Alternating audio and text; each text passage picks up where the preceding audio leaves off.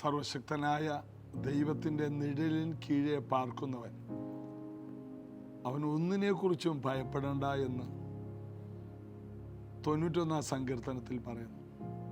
ഇതുപോലെ ഇന്നത്തെ ഈ ദൈവ വചന ധ്യാനം കേൾക്കുന്ന ഒരു വ്യക്തി, വചനത്തിൽ ആശ്രയിക്കുന്ന വ്യക്തി അത്യുന്നതൻ്റെ മറവിലാണ്, സർവശക്തൻ്റെ നിഴലിൻ്റെ കീഴെയാണ്. ഈ വചനത്തെ നിങ്ങൾ സ്വീകരിക്കുമ്പോൾ നിങ്ങൾ കർത്താവിലും കർത്താവ് നിങ്ങളിലുമായി തീരുകയാണ്. അതൊരു വലിയ വിജയമാണ്, അത് വലിയൊരു അനുഗ്രഹമാണ്, അത് വലിയൊരു കൃപയാണ്. ദൈവജനം കേൾക്കാൻ കിട്ടുന്ന അവസരങ്ങളെ ഉപയോഗിക്കുന്ന നിങ്ങൾ എത്ര അനുഗ്രഹിക്കപ്പെട്ടവരാണ്. അനേകർ ഇത് കേൾക്കാൻ ആഗ്രഹിച്ചിട്ടും കേൾക്കാൻ കഴിഞ്ഞില്ല. എന്നാൽ ജ്ഞാനികൾക്കും വിവേകികൾക്കും മറച്ച് ദൈവം ശിശുക്കൾക്ക് ഇത് വെളിപ്പെടുത്തി. യേശു അതിനെ പിതാവിനെ സ്തുതിച്ചു. പിതാവേ, നിനക്ക് എങ്ങനെ കൃപ തോന്നിയല്ലോ. ഒത്തിരി ജ്ഞാനികളുണ്ടായിട്ട് അവർക്കെല്ലാം ഇത് മറച്ചു വെച്ചു. എന്നിട്ട് ശിശുക്കളായിട്ടുള്ളവരെ തിരഞ്ഞെടുത്ത് അവർക്കിത് വെളിപ്പെടുത്തി കൊടുത്തു. അതാണ് യേശുവിൻ്റെ ചരിത്രത്തിൽ നടന്നത്. വെറും മീൻപിടുത്തക്കാർ, സാമാന്യരും, പഠിപ്പില്ലാത്തവർക്ക് ഇത് വെളിപ്പെടുത്തി. വലിയ പഠിപ്പുള്ളവർ, ആ കാലത്ത് ഏറ്റവും വിദ്യാസമ്പന്നരായ വേദ പണ്ഡിതന്മാരായ ഗമാലിയേലിൻ്റെ പാദപീഠത്തിലിരുന്നവരായ ആർക്കും ഇത് വെളിപ്പെട്ട് കിട്ടിയുമില്ല. ദൈവം വെളിപ്പെടുത്തി കൊടുത്തത് സാധാരണക്കാർക്കാണ്. അവർ ശക്തരായി, അവർ അഭിഷിക്തരായി, അവർ അപ്പോസ്തലന്മാരായി, അവർ പ്രവാചകന്മാരായി, അവർ വലിയ സുവിശേഷകന്മാരായി ഭൂമിയുടെ അറ്റത്തോളം പോയി. അവർ വലിയ സഭകളുടെ പാസ്റ്റേഴ്സായി മാറി, അവർ വലിയ ടീച്ചേഴ്സായി മാറി. അവരിലൂടെ നമുക്ക് ലേഖനങ്ങൾ കിട്ടി. ദൈവം ഇത് വെളിപ്പെടുത്തി കൊടുക്കാത്ത കാലത്തോളം നമ്മൾ ബൈബിൾ വായിച്ചാൽ ഒന്നും മനസ്സിലാകില്ല. എന്നാൽ ഈ ദിവസങ്ങളിൽ നിങ്ങൾക്ക് ദൈവം വെളിപ്പെടുത്തി തരുന്ന കാര്യങ്ങൾ, അത് നിങ്ങളുടെയും എൻ്റെയും ജീവിതത്തിൽ വലിയ വഴിത്തിരിവുകളാണ്. നമുക്ക് വിശ്വസിക്കാം. ഇന്നത്തെ ആരാധന നിങ്ങളുടെ ജീവിതത്തിൽ വലിയൊരു അഭിഷേകത്തിലേക്ക് നയിക്കാൻ ഇടയാകട്ടെ. കഴിഞ്ഞ ദിവസം 8 മണിക്കൂർ പ്രാർത്ഥനയിൽ ഞങ്ങൾ ചില ദിവസങ്ങൾ തുടർമാനമായിട്ട് ചിന്തിച്ചത് ഉണർവിനെ എങ്ങനെ നിലനിർത്താം, ദൈവം നമ്മുടെ മേൽ പകരുന്ന അഭിഷേകത്തിൻ്റെ തീയെ, അനുഗ്രഹത്തെ, ദൈവകൃപയെ എങ്ങനെ നിലനിർത്താം. 1, വിശുദ്ധ ജീവിതം. 2, ഇടതടവില്ലാത്ത പ്രാർത്ഥനാ ജീവിതം. 3, ആരാധന, ആത്മാവിലും സത്യത്തിലുമുള്ള ആരാധന.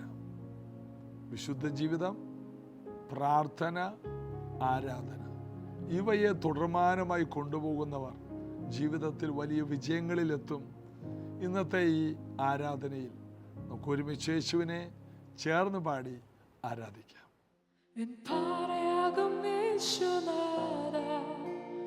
എന്നെ കാക്കും ദൈവം നീയേ, എൻ പാറയാകും യേശുനാഥ, എന്നെ കാക്കും ദൈവം നീയേ, മഹിമയും ബലവും നിറഞ്ഞവനേ, എന്നുമെന്നും സ്തുതി നിനക്കേ, മഹിമയും ബലവും നിറഞ്ഞവനേ, എന്നുമെന്നും സ്തുതി നിനക്കേ. ആരാധന അങ്ങേക്കേ, ആരാധന അങ്ങേക്കേ, ആരാധന അങ്ങേക്കേ, ആരാധന അങ്ങേക്കേ, ആരാധന അങ്ങേക്കേ, ആരാധന അങ്ങേക്കേ, ആരാധന അങ്ങേക്കേ, ആരാധന അങ്ങേക്കേ. എൻ ബലഹീന നേരങ്ങളിൽ നിൻ കൃപ എന്നിൽ തന്നല്ലോ നീ, എൻ ബലഹീന നേരങ്ങളിൽ നിൻ കൃപ എന്നിൽ തന്നല്ലോ നീ. യേശുനാഥ, നീ എൻ ബലമായതാ, ഞാനൊട്ടും ഭയപ്പെടില്ല. യേശുനാഥ, നീ എൻ ബലമായതാ, ഞാനൊട്ടും ഭയപ്പെടില്ല.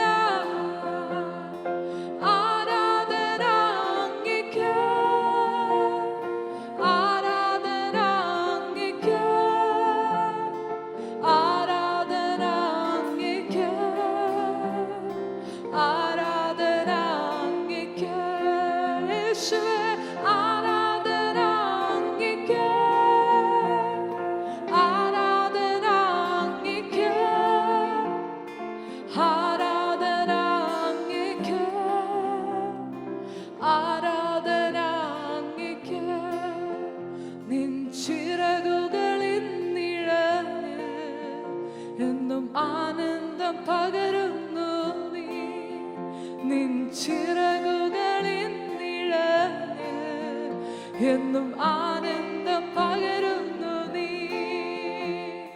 വിശ്വസ്തനും നീ എന്നും തുണയായവനും സ്തുതിക്കു യോഗ്യനും നീ.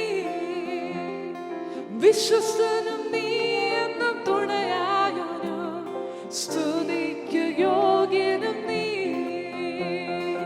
ആരാധന അങ്ങേക്ക്, ആരാധന അങ്ങേക്ക്, ആരാധന അങ്ങേക്ക്, ആരാധന അങ്ങേക്ക്, ആരാധന അങ്ങേക്ക്, ആരാധന അങ്ങേക്ക്, ആരാധന അങ്ങേക്ക്, ആരാധന അങ്ങേക്ക്. എന്നിൽ ജീവനുള്ള നാളുകളെല്ലാം അങ്ങേ സ്തുതിച്ചു പാടിടുമേ. എന്നിൽ ജീവനുള്ള നാളുകളെല്ലാം അങ്ങേ സ്തുതിച്ചു പാടിടുമേ. നാദാ നീ ചെയ്ത നന്മകളെ എന്നാളും സ്തുതിച്ചിടുമേ. നാദാ നീ ചെയ്ത നന്മകളെ എന്നാളും സ്തുതിച്ചിടുമേ. ആരാധന, ആരാധന അങ്ങേക്ക്, ആരാധന അങ്ങേക്ക്, ആരാധന അങ്ങേക്ക്, ആരാധന അങ്ങേക്ക്, ആരാധന അങ്ങേക്ക്, ആരാധന അങ്ങേക്ക്, ആരാധന അങ്ങേക്ക്, ആരാധന അങ്ങേക്ക്, ആരാധന അങ്ങേക്ക്, ആരാധന അങ്ങേക്ക്, ആരാധന അങ്ങേക്ക്, ആരാധന അങ്ങേക്ക്. യോഹന്നാൻ്റെ സുവിശേഷം 1-ാം അധ്യായത്തിൽ അതിൻ്റെ 1-ാം വാക്യം മുതൽ ഇന്ന് നമ്മളൊന്ന് വായിച്ച് ചില കാര്യങ്ങൾ ചിന്തിക്കുകയാണ്. യോഹന്നാൻ്റെ സുവിശേഷം എന്ന് പറയുമ്പോൾ യേശുവിൻ്റെ മാറിൽ ചാരിയിരുന്നവൻ്റെ സുവിശേഷം, കർത്താവ് ഏറ്റവും കൂടുതൽ സ്നേഹിച്ച ഒരു ശിഷ്യൻ്റെ സുവിശേഷം. കർത്താവ് എവിടെ പോയാലും കൂട്ടിക്കൊണ്ടുപോയ 3 പേരിൽ ഒരാളായ യോഹന്നാൻ്റെ സുവിശേഷം.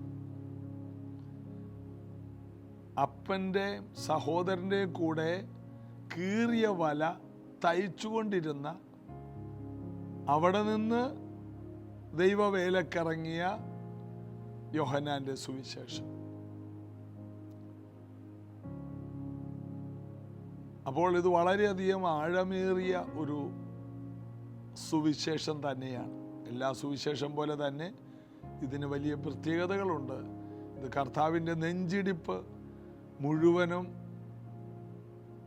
അറിഞ്ഞ ഒരുവൻ്റെ സുവിശേഷമാണ്. അവൻ്റെ ഹൃദയത്തിൽ നിന്ന് എഴുതിയതാണ്. യോഹന്നാൻ പല പുസ്തകങ്ങൾ എഴുതിയിട്ടുണ്ട്. വെളിപ്പാട് പുസ്തകമുണ്ട്, ലേഖനങ്ങളുണ്ട്. എല്ലാം ദൈവസ്നേഹത്തിൻ്റെ വലിയൊരു നിറവാണ്.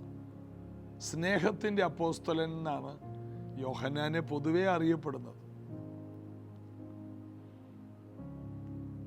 ദൈവത്തിൻ്റെ ഏറ്റവും വലിയ പ്രത്യേകത ദൈവസ്നേഹമാണ്. അപ്പോൾ സ്നേഹം ഒരിക്കലും പരാജയപ്പെടുന്നില്ലെന്ന് നമ്മൾ 1 കൊരിന്ത്യർ 13 കാണുന്നു. Love never fails. ഏറ്റവും ശക്തിയുള്ളത് സ്നേഹമാണ്. വിശ്വാസത്തേക്കാൾ വലുതാണ് സ്നേഹം. പ്രത്യാശയേക്കാൾ വലുതാണ് സ്നേഹം. 1 കൊരിന്ത്യർ 13:13. ആകയാൽ വിശ്വാസം, പ്രത്യാശ, സ്നേഹം ഇവ 3 നിലനിൽക്കുന്നു. ഇവയിൽ വലിയതോ സ്നേഹം. സ്വർഗം സ്നേഹത്തിൻ്റെ ഇടമാണ്. അത് ശിക്ഷകളുടെ ഇടമല്ല. വിദ്വേഷങ്ങൾ അവിടെയില്ല. അവിടെ സ്നേഹം മാത്രമേ ഉള്ളൂ. അവിടെ ദൈവത്തിന് ആരോട് ക്ഷമിക്കേണ്ട ആവശ്യമില്ല. കാരണം അവിടെ സ്നേഹം മാത്രമേ ഉള്ളൂ. അവിടെ പിണക്കങ്ങളില്ല, അവിടെ വിദ്വേഷങ്ങളില്ല, അവിടെ പാർട്ടീഷനില്ല, ഭിന്നതകളില്ല. സ്നേഹം മാത്രം കൊണ്ട് നിറഞ്ഞ ഒരു നാട്ടിലേക്ക് ദൈവം നമ്മെ പ്രത്യേകം തിരഞ്ഞെടുത്ത് കൊണ്ടുപോകുന്നു. അത് തന്നെ നമ്മോടുള്ള ദൈവത്തിൻ്റെ സ്നേഹമാണ്. യോഹന്നാന്റെ സുവിശേഷം 3:16 തൻ്റെ മകനിൽ വിശ്വസിക്കുന്ന, ഏകജാതനായ പുത്രനിൽ വിശ്വസിക്കുന്ന ഒരാൾ പോലും നശിച്ചു പോകാതെ എല്ലാവരും നിത്യജീവൻ പ്രാപിക്കേണ്ടതിന് ദൈവം അവനെ നൽകുവാൻ തക്കവണ്ണം ഈ ലോകത്തെ സ്നേഹിച്ചു. ദൈവം നാം പാപികളായിരിക്കുമ്പോൾ തന്നെ നമ്മെ സ്നേഹിച്ചു. ക്രിസ്തുവോ നാം പാപികളായിരിക്കുമ്പോൾ തന്നെ അഭക്തർക്ക് വേണ്ടി മരിക്കയാൽ ദൈവം തനിക്ക് നമ്മോടുള്ള സ്നേഹത്തെ പ്രദർശിപ്പിച്ചിരിക്കുന്നു. ദൈവത്തിൻ്റെ സ്നേഹം എങ്ങനെയാണ് ദൈവം പ്രദർശിപ്പിച്ചത്? നമ്മൾ നല്ലവരായപ്പോൾ അല്ല, നമ്മൾ പാപികളായിരിക്കുമ്പോൾ തന്നെ നമുക്ക് വേണ്ടി മരിച്ചു. നീതിമാന് വേണ്ടി ആരെങ്കിലും മരിക്കുന്നത് സാധാരണം. എന്നാൽ ഒരു പാപിയായ മനുഷ്യന് വേണ്ടി ആര് മരിക്കും? മനുഷ്യർക്ക് കഴിയില്ല, ദൈവത്തിന് സകലതും സാധ്യം. ദൈവം നമ്മൾ പാപികളായിരിക്കുമ്പോൾ നമുക്ക് വേണ്ടി ജീവനെ തന്നു. ഇതെല്ലാം വ്യക്തമായിട്ട് പറയുന്നത് യോഹന്നാൻ അപ്പോസ്തലനാണ്. നമുക്ക് ആ വേദഭാഗം 1-ാം അധ്യായം 1-ാം വാക്യം മുതൽ യോഹന്നാന്റെ സുവിശേഷം വായിക്കാം. ആദിയിൽ വചനം ഉണ്ടായിരുന്നു, വചനം ദൈവത്തോടു കൂടിയായിരുന്നു, വചനം ദൈവമായിരുന്നു. യോഹന്നാൻ പറഞ്ഞു തുടങ്ങുന്നത് യേശുവിനെ കുറിച്ചാണ്. ആദിയിൽ വചനം ഉണ്ടായിരുന്നു. അപ്പോൾ പിതാവ്, പുത്രൻ, പരിശുദ്ധാത്മാവ് എന്ന് പറയുമ്പോൾ മറ്റൊരു രീതിയിൽ യോഹന്നാൻ അവതരിപ്പിക്കുകയാണ്. ആദിയിൽ ദൈവത്തോടു കൂടെ ഉണ്ടായിരുന്ന വാക്ക്, ദൈവത്തിൻ്റെ വാക്ക്, സകലത്തെ ഉളവാക്കിയ ദൈവത്തിൻ്റെ വാക്ക്, അത് ആണ് യേശു. ആദിയിൽ വചനം ഉണ്ടായിരുന്നു, വചനം ദൈവത്തോടു കൂടെ ആയിരുന്നു, അവൻ ആദിയിൽ ദൈവത്തോടു കൂടെ ആയിരുന്നു. വചനം ആദിയിൽ ദൈവത്തോടു കൂടെ. ദൈവം എന്ന് മുതലുണ്ടോ അന്നു മുതൽ വചനവുമുണ്ട്. അതായത് ദൈവം സകലതും ഉളവാക്കിയത് വചനം കൊണ്ടാണ് എന്ന് അവിടെ നമ്മെ പഠിപ്പിക്കുന്നു.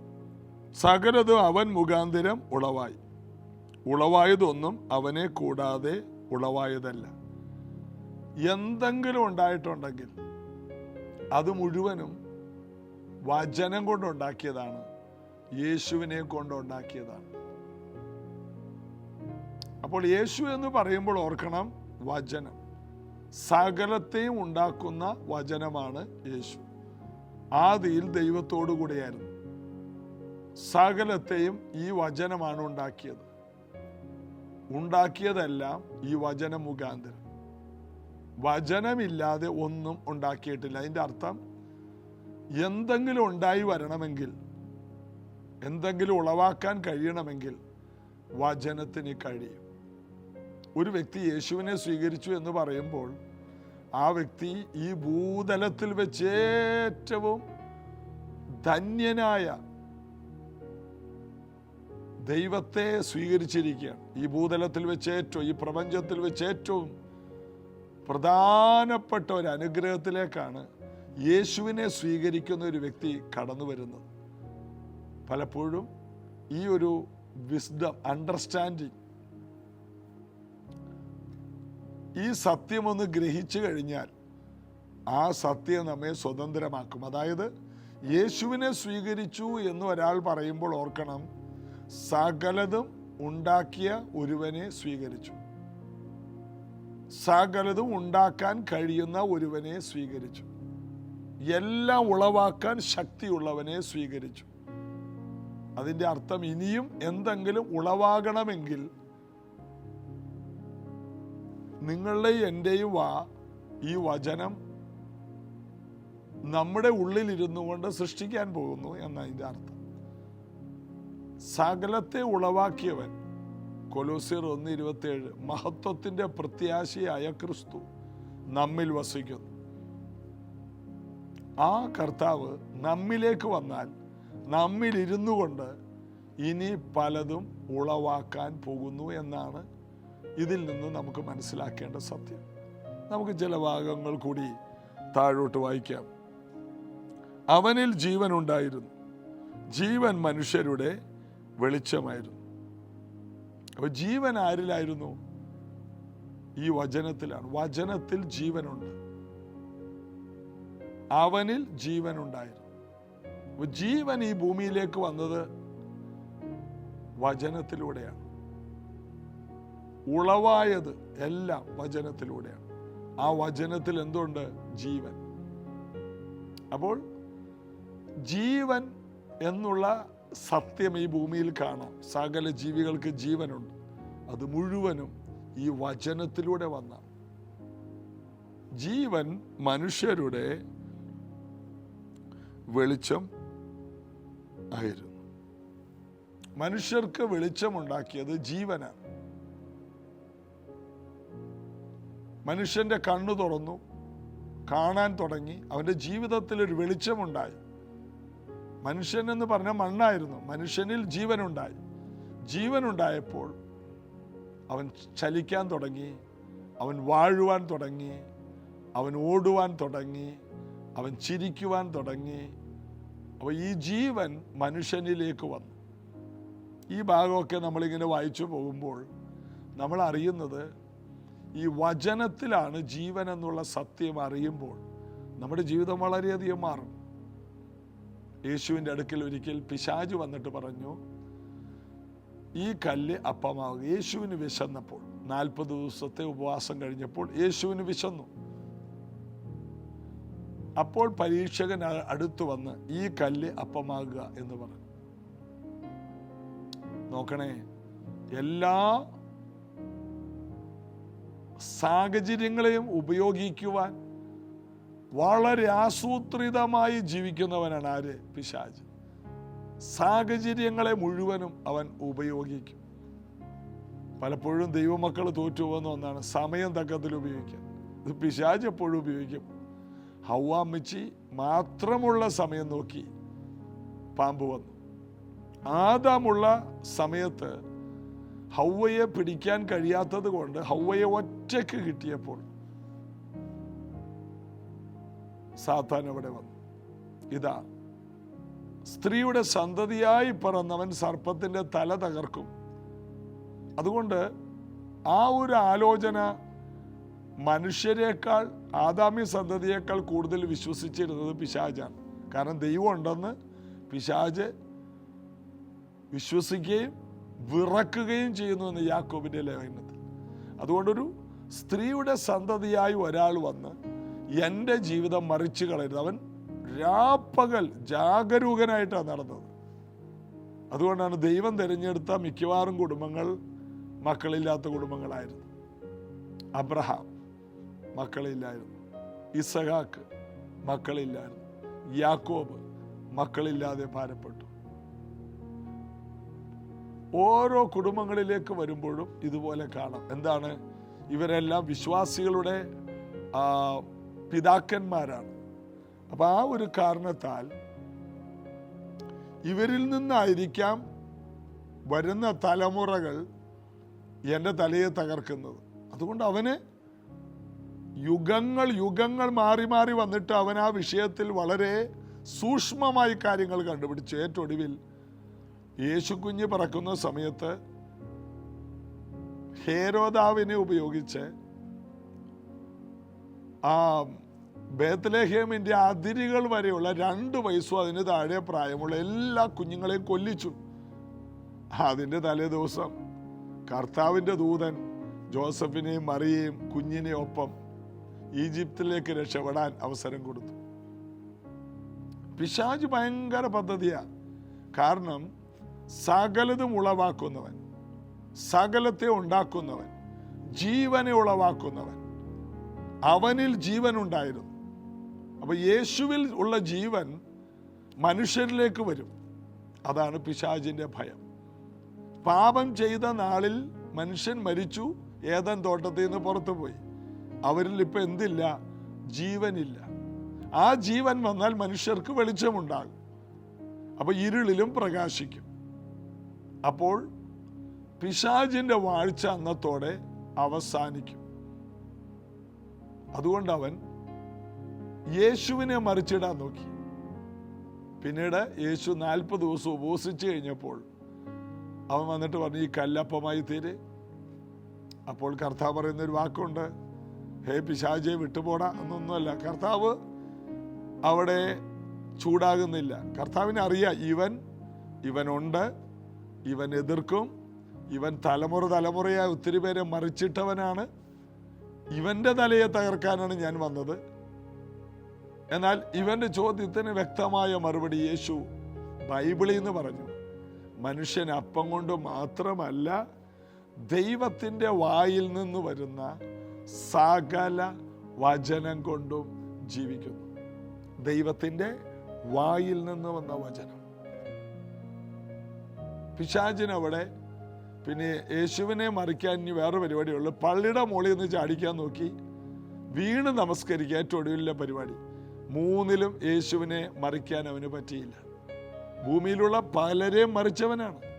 എന്നാൽ യേശുവിൻ്റെ മുൻപിൽ യേശുവിനോട് പറഞ്ഞു, വീണ് എന്നെ നമസ്കരിക്കണം. അതിന് കർത്താവ് നിശബ്ദമായൊരു മറുപടി പറഞ്ഞു, വീണല്ലടാ, ഞാൻ ക്രൂശിൽ നിന്നെ വീഴ്ത്തി നിന്റെ തലയെ തകർത്ത് ആരാധന, ഞാൻ സത്യനമസ്കാരികളുടെ ആരാധന യഥാസ്ഥാനപ്പെടുത്തും. ആത്മാവിലും സത്യത്തിലും ആരാധിക്കുന്ന നാഴിക കൊണ്ടുവന്നത് യേശുവാണ്. ആത്മാവിൽ ആരാധിക്കുക. അപ്പോൾ ആ നാഴികയിലേക്ക് ആരും വരരുത്, ആരാധന വെളിപ്പെടരുത്. അതിന് പിശാച് പലതും നോക്കി. എന്നാൽ യേശു അതിനെല്ലാം മറിച്ചു കളഞ്ഞു. അവനിൽ ജീവൻ ഉണ്ടായിരുന്നു. ജീവൻ മനുഷ്യരുടെ വെളിച്ചമാണ്. മനുഷ്യർക്ക് വെളിച്ചമുണ്ടാകരുത്. അതാണ് ജീവൻ മനുഷ്യരുടെ വെളിച്ചമായിരുന്നു. വെളിച്ചം ഇരുളിൽ പ്രകാശിക്കുന്നു, ഇരുളും അതിനെ പിടിച്ചടക്കിയില്ല. 5-ാം വാക്യം. ഇരുളിന് പിടിച്ചടക്കാൻ കഴിയാത്തൊരു വെളിച്ചം ജീവനിൽ നിന്ന് മനുഷ്യരിലേക്ക് വരും. അത് വന്നതോടുകൂടി, യേശുവിനെ കൈക്കൊണ്ട വ്യക്തിയിൽ ഇത് വന്നതോടുകൂടി പിശാചിന് ജയിക്കാൻ കഴിയാത്തവരായി മനുഷ്യർ മാറി.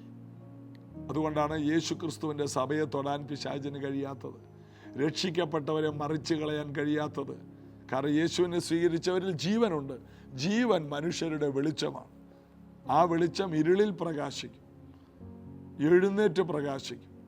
അന്ധകാരം ഭൂമിമേലും കൂരിട്ട് ജാതിമേൽ മുടിയാലും എൻ്റെ മേൽ വലിയ വെളിച്ചമാണ്. ഞാൻ എഴുന്നേറ്റ് പ്രകാശിക്കും. ഇരുളിന് എന്നെ പിടിച്ച് അടക്കാൻ കഴിയില്ല. യുഗങ്ങളായി മനുഷ്യരെ പിടിച്ചടക്കി ബന്ധിച്ച് രോഗികളാക്കി നശിപ്പിച്ചതിൻ്റെ ഇടയിലാണ് യേശുവിനെ സ്വീകരിച്ചവർ വാഴുന്ന വെളിച്ചങ്ങളായി മാറിയത്. വെളിച്ചമായി മാറി. നിങ്ങൾ ലോകത്തിൻ്റെ വെളിച്ചമാണെന്ന് യേശു പറഞ്ഞു. ആ വെളിച്ചം നമ്മിലുണ്ട്. യേശുവിനെ സ്വീകരിച്ചവരിലേക്ക് ഈ വെളിച്ചം കടന്നു വന്നു. ഇന്നത് പലർക്കും മനസ്സിലാക്കാൻ ചെറിയ ബുദ്ധിമുട്ട് പോലെ തോന്നുന്നുണ്ടോ? ഇല്ല. ആദിയിലുണ്ടായിരുന്ന വചനം, ദൈവത്തോടു കൂടെയായിരുന്ന വചനം, ദൈവമായിരുന്ന വചനം, മനുഷ്യന്റെ ജീവനായി വന്ന വചനം. ആ വചനത്തിൽ വെളിച്ചമുണ്ടായിരുന്നു. ആ വെളിച്ചം ഇരുളിൽ പ്രകാശിക്കും. ഇരുളിന് പിടിച്ചടക്കാൻ കഴിയില്ല. അതായത് ഒറ്റവാക്ക് പറഞ്ഞാൽ, യേശുവിൻ്റെ വചനം ഉള്ളിലേക്ക് വരുന്ന ഒരു വ്യക്തി പ്രകാശിച്ചുകൊണ്ടേയിരിക്കും.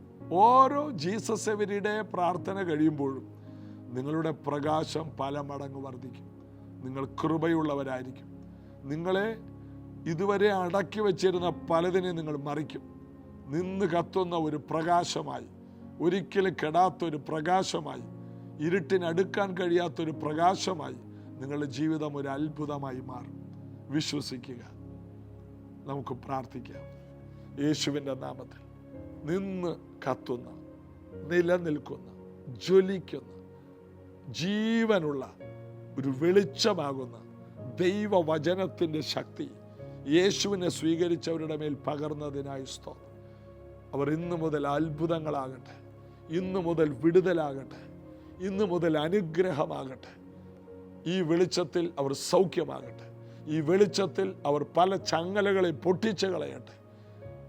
മറഞ്ഞു കിടന്ന പലതും യേശുവിൻ്റെ നാമത്തിൽ പൊളിയട്ടെ. പിശാച് അന്ധതയിലിട്ടിരുന്ന പലരും യേശുവിൻ്റെ നാമത്തിൽ ഇപ്പോൾ പുറത്തു വരട്ടെ.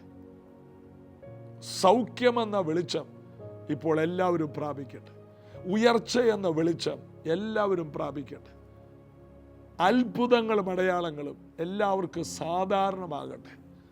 എല്ലാവർക്കും ഈ വചനത്താലുള്ള വിടുതലുകളെ സ്വന്തമാക്കാൻ കർത്താവ് കൃപ കൊടുത്തതിനായി നന്ദി. യേശുവിൻ നാമത്തിൽ ആമേൻ. വചനത്തിൽ വിശ്വസിക്കുക, ആശ്രയിക്കുക.